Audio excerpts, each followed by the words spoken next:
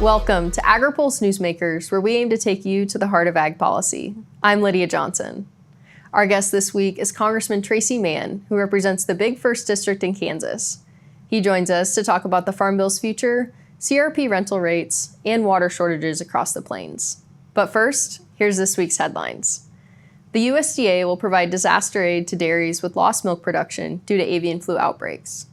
The Agriculture Department will compensate dairy farmers for 90% of the value of milk production lost due to the H5N1 virus through use of its Emergency Assistance for Livestock, Honeybees, and Farm-Raised Fish Program, or ELAP. At this point, USDA is not providing compensation for dairy cows culled because of the virus. Members of the House Agriculture Committee met in a closed-door meeting this week to discuss the use of child labor in meatpacking plants. Organized by Representative Greg Casar, the meeting addressed a failed amendment in the House Farm Bill that would have pushed USDA to end contracts with meatpacking facilities that engage in serious, repeated, or pervasive illegal child labor. Although the amendment was not included in the bill passed by the House Ag Committee, Chair Glenn Thompson promised to open discussions on the topic in the committee. After the meeting, Thompson said he is interested in potentially having a hearing on the topic.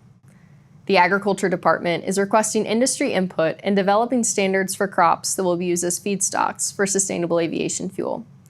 The input will help USDA develop standards to quantify, verify, and accurately report climate-smart practices happening on farms. The request says adopting standards differentiating crops grown with climate-smart farming could incentivize further adoption of practices that reduce greenhouse gas emissions. Congressman Tracey Mann is a member of the House Ag Committee. Now that the Farm Bill has passed in a committee vote, we asked him about when it may be considered by the full House. I hope as soon as possible. I've been very frustrated with the process. We've got to give our producers, not just in the 1st District of Kansas, but around the country, some certainty as our current Farm Bill expires September 30th. I was really pleased to see the bill they were able to pass out of the House. It was a fiscally responsible, fiscally conservative Farm Bill that maximizes the return on taxpayer dollars in the bill. A lot of good things. A lot of my priorities were included, which I was pleased to see. And one of the things that has been challenging is funding the Farm Bill. Funding the Farm Bill is still a big problem because the Congressional Budget Office says it isn't fully paid for. So Republicans could order CBO to provide the funding score we need, but Senator Chuck Grassley has said that could be a bad precedent moving forward. How do you deal with that issue in this time of deficits and rising federal debt? Yeah, and that's why it's important that the bill that we did pass was a fiscally conservative bill. And to me, again, it's all about return on investment for taxpayer dollars. Let's make sure that the dollars we're spending, we're getting a really high return on investment. A great example of that is I've led the charge on trying to double dollars we're spending to increase trade. Programs like MAP, Market Access Program, or FMD, Foreign Market Development. USA tells us that for every $1 we spend there, we get $24 back. That's a great return on investment. We ought to do other things like that and make sure that the taxpayer is getting the biggest bang for the buck that they can in the bill. We'll be right back with more from Representative Mann right after this. Regenerative poultry production is a process by which nature can actually recapture and restore the energy that is being taken out of a space. Farm Credit helped Rahi build his dream of regenerative poultry farming and encouraging fellow immigrants to find community in agriculture. Nothing beats a farm. I'm just pursuing happiness. Learn more at farmcredit.com/beginning. Spring floods, fall floods, there's extreme fires, extreme drought. Our farm is more resilient through the use of cover crops. We have better drought stress tolerance. When it all boils down to it, these USDA climate programs are good for Main Street America. All that increase, it's going back into the economy. If you're smart farming, you're also climate smart farming. Welcome back. Representative Tracey Mann has been a firm supporter of using American-grown commodities in food aid programs. Although critics have said this reduces the number of people who can receive help from aid programs, he says it benefits American farmers, shippers, and consumers of products. A fundamental part of our soft diplomacy is a program called Food for Peace. The concept, and it actually was grew out of Kansas, where a Kansas wheat farmer stood up at a Farm Bureau meeting and said, I've had a bumper crop, this is in the 50s, and I want to see some of my wheat go to feed hungry people around the world. That became Food for Peace that Ike signed into law a few years later. The concept being, let's send American-grown commodities overseas in bags to feed hungry people that need it. And that's not the entirety of our food aid, but certainly it ought to be a big part of it. And remember, when we do that, we are sending bags of food. It has a flag on that bag and it's stamped a free gift to the American people, which is great for the farmer, it's great for the shipper, great for the hungry people that receive that food, great for America's brand around the world, something we should do more of, which is why my bill makes sure that we are sending commodities, not just money, overseas. Mm-hmm. And how do current food aid programs work? Is it where does it typically come from if it's not American-grown commodities? Well, it just depends. And so I authored this legislation called American Farmer Feeds the World. And basically it ensures that at least 50% of the aid we're sending is in commodities, not just money. A problem we have when it's just money as well is that, money can end up in other places. It's hard to trace. When it's commodities, one, we know it's American grown, it's good for the producer, and two, we actually know that food is getting to hungry people. And that goes all over the world. That goes to Africa, other countries. Ideally these programs are going to places and to people that aren't able to grow their own calories, which is why we got to send in food. Senators Roger Marshall and Michael Bennet were at a field hearing in Colorado this week looking at CRP rental rates. Looking specifically at Kansas and your first district, do you feel that current CRP rates are too low for marginal lands? They're low, and we've got to look at how do we make it reflective of the market and the times, which speaks to a bigger issue, and that is that input costs are up for producers all over Kansas, all over the country. And that's parts, that's labor, fuel fluctuates, of course, but as we've seen input costs and the price of farming increase, that also affects the rent that CRP acres can or can't get, and that affects that market as well.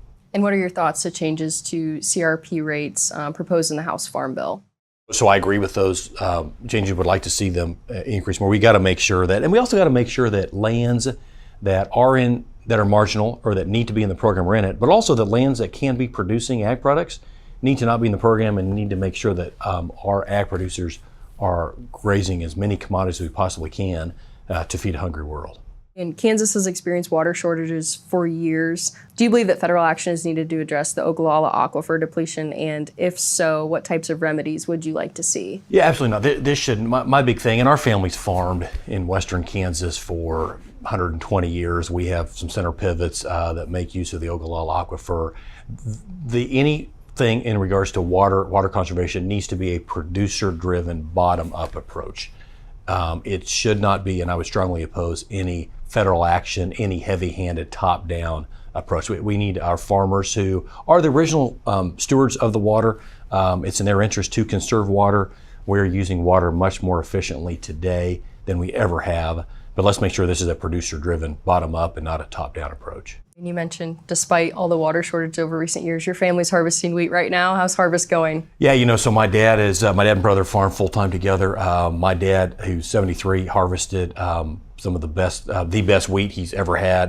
He had a field that was, he sent me a picture of his field monitor showing 95, 98 bushel to an acre, which for us would be a record. Of course, the whole farm's not going to average that, but we are having a really good harvest on our family's farm. That's true for a lot of areas in Kansas. We have some areas that were hit by hail, had some other some drought, some other things, which is why crop insurance, as we all know, is so important for ag producers. And in your first district, wheat is one of your top crops. There's been discussion about including wheat as a cover crop potentially. What are your thoughts on that? That's why we do farm bills. That's why we listen to producers, stakeholders, to find out, is that what they want? Do our stakeholders want to see wheat be considered a cover crop? I would say this, there are 435 districts in the country. My district's number one for wheat production, also number one for sorghum production, number one for beef production. So it's all about agriculture in the big first of Kansas, and I'm proud to get to represent it. Super. Well, Representative Mann, thank you for joining us. Thank you for having me. Have a great rest of the day. We'll be right back with our panel discussion. But first, our Jake Sikowski has more on what your 4th of July cookout will cost in this week's Ag by the Numbers. As we approach the 4th of July holiday, economists are expecting a higher grocery bill for our cookouts. The American Farm Bureau Federation reports that this year's cookout will cost 5% more than last year. The annual Cookout Index covers a meal for 10 people, using 12 common foods including ground beef, cheese, strawberries, potato salad, and pork chops. It estimates that this year's Independence Day grocery bill will total $71.22. This chart shows that since 2014, and the cost of that cookout has been rising. A decade ago, the cost of the same cookout was $58.72. The market remained relatively stable until reaching a decade low of $52.80 in 2019. However, after 2020, both 2022 and 2024 experienced significant spikes in food prices, influenced by factors like highly pathogenic avian influenza outbreaks and supply chain disruptions. Despite the overall increase, consumers can expect some savings. The price of chicken and potato salad both decreased by 4% compared to last year. For Agri-Pulse, I'm Jacob Zakowski. Farmers are always there for each other. We shed tears together, we celebrate together, but we also grow together. Farm Bureau is the largest general farm organization in the country. We have the farmers' back.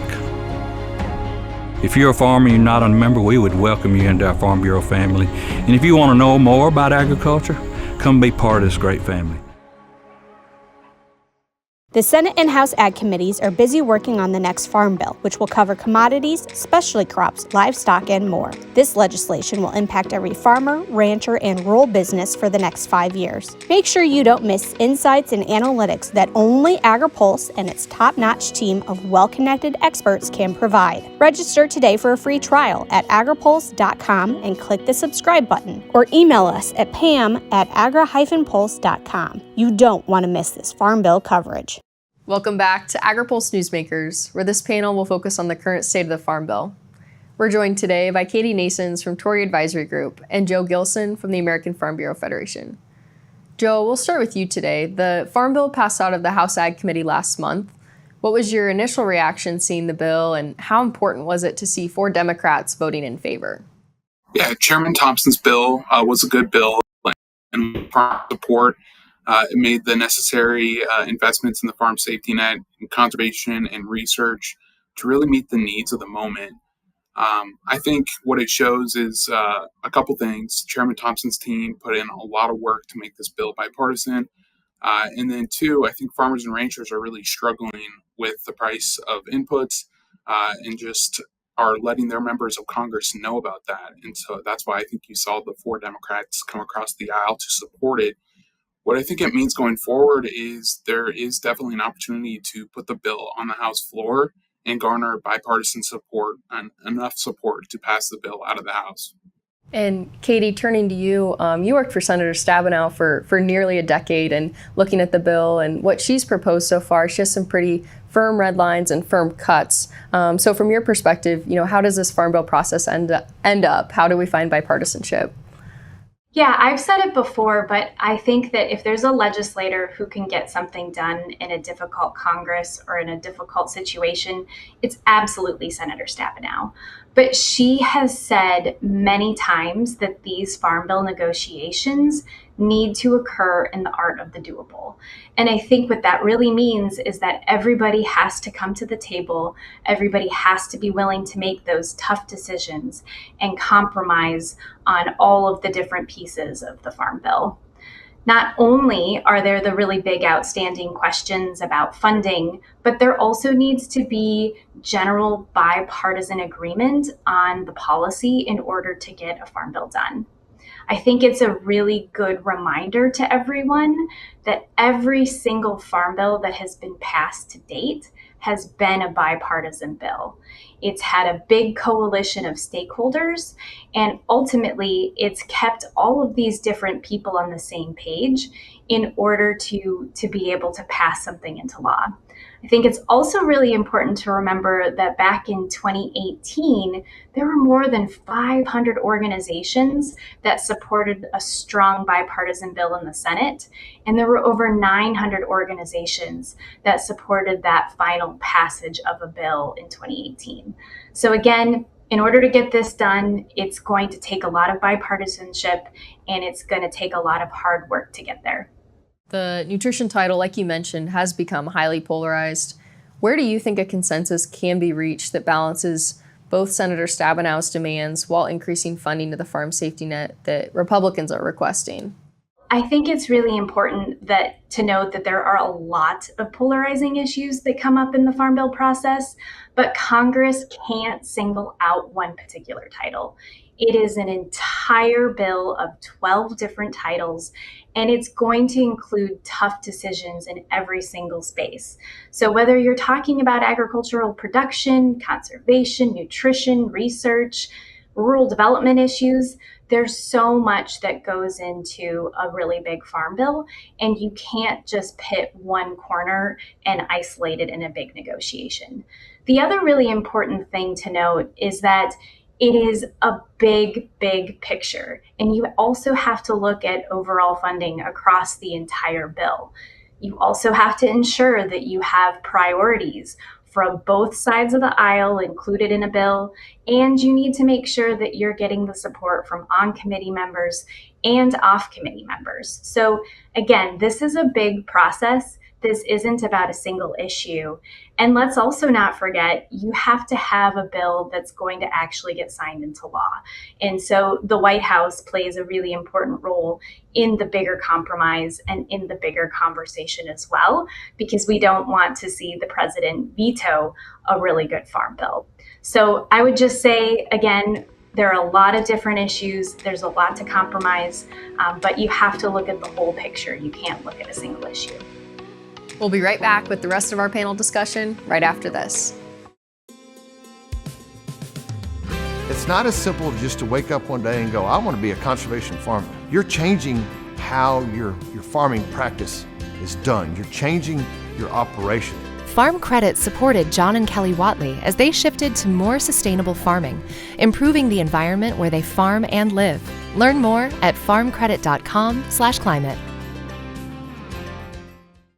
Spring floods, fall floods, there's extreme fires, extreme drought. Our farm is more resilient through the use of cover crops. We have better drought stress tolerance. When it all boils down to it, these USDA climate programs are good for Main Street America. All that increase, it's going back into the economy. If you're smart farming, you're also climate smart farming.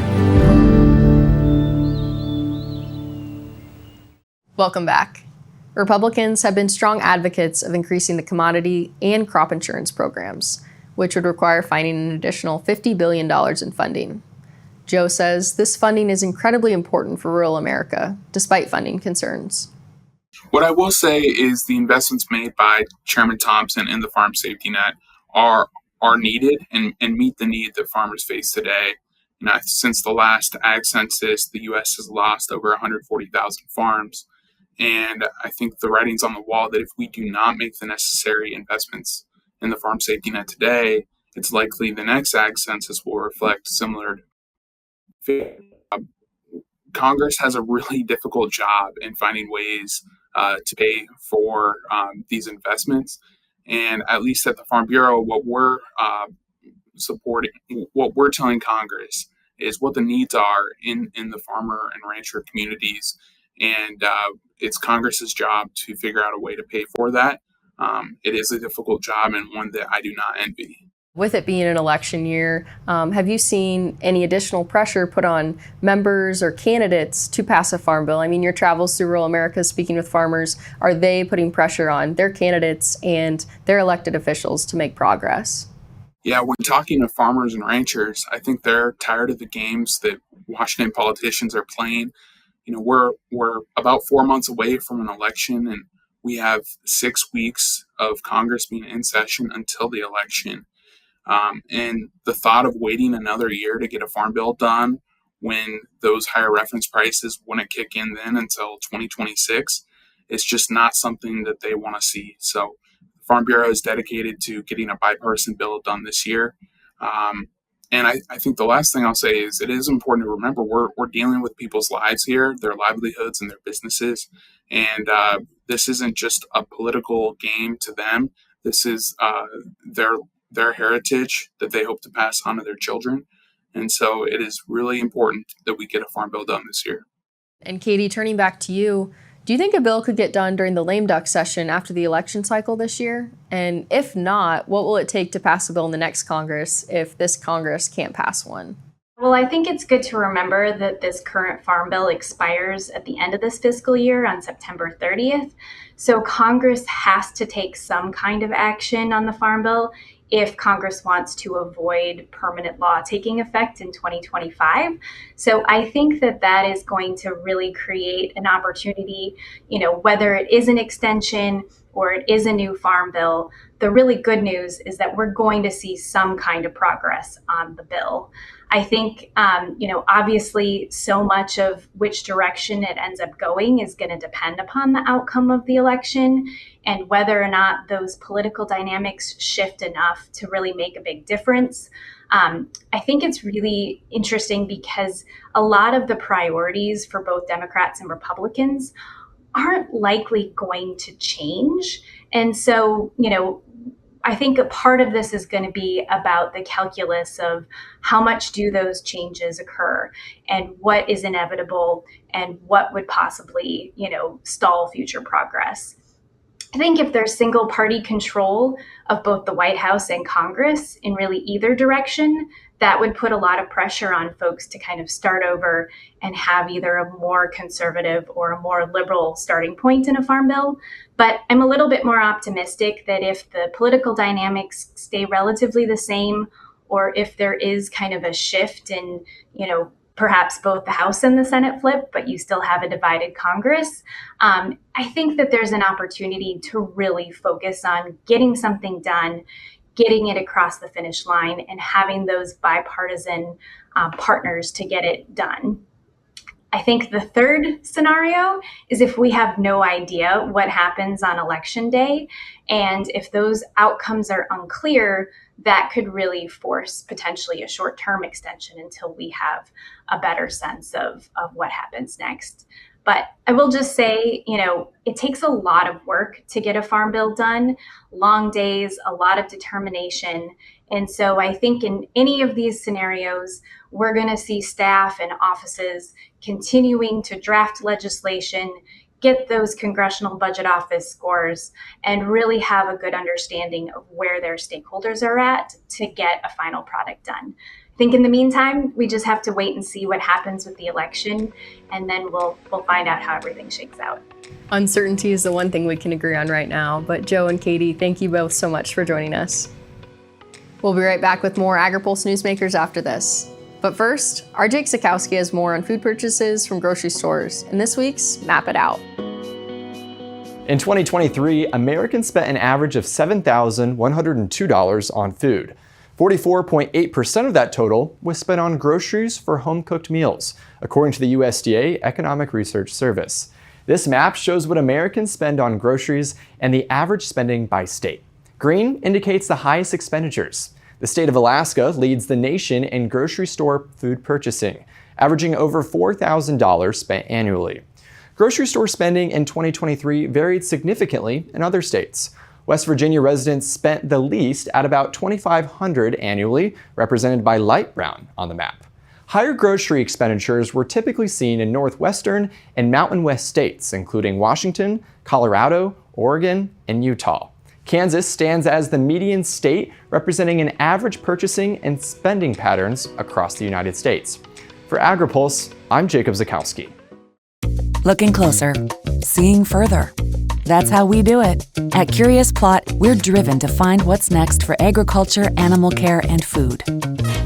We stay curious because that's what it takes to grow understanding. That's how we plot strategies and tell stories that get results time after time. Marketing, communications, and consulting that look closer and see further. Curious Plot. We can't wait to help you tell your story. The Senate and House Ag Committees are busy working on the next Farm Bill, which will cover commodities, specialty crops, livestock, and more. This legislation will impact every farmer, rancher, and rural business for the next 5 years. Make sure you don't miss insights and analytics that only Agri-Pulse and its top-notch team of well-connected experts can provide. Register today for a free trial at agripulse.com and click the subscribe button, or email us at pam@agri-pulse.com. You don't want to miss this Farm Bill coverage. Welcome back. Before we let you go, here's what's on the horizon. The 4th of July holiday is on Thursday. Both the House and Senate will be in recess. The following week, Agri-Pulse will be hosting a webinar titled What Happens When Animal Diseases Cross Boundaries? Focus on what can be done to protect against avian flu and other animal diseases. You can register for free on our website. As always, stay tuned for the latest on this and more at agripulse.com. For Agri-Pulse Newsmakers, I'm Lydia Johnson. Newsmakers is a production of Agri-Pulse Communications. You can also find our new content on YouTube and wherever you get your podcasts. And don't forget to follow Agri-Pulse and our correspondents on social media to get breaking news and more. For agriculture, trade, food, environment, and regulatory news, your source is agripulse.com.